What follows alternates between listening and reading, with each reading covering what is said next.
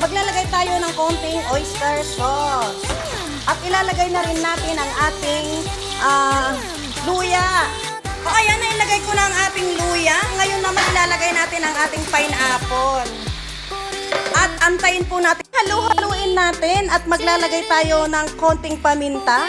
At ilalagay na rin natin ang ating ketchup. Ayan. At syempre, maglalagay tayo ng pampalapot. Ang ginagamit kong pampalapot ay tapioca flour. At nilagyan ko siya ng konting tubig.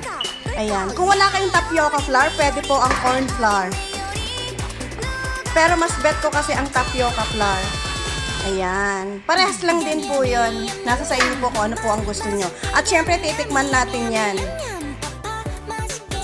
Sweet and sour fish fillet. Grabe, ang sarap. Grabe. O, ayan, luto na ang ating bawang at sibuyas. Maglalagay tayo ng konti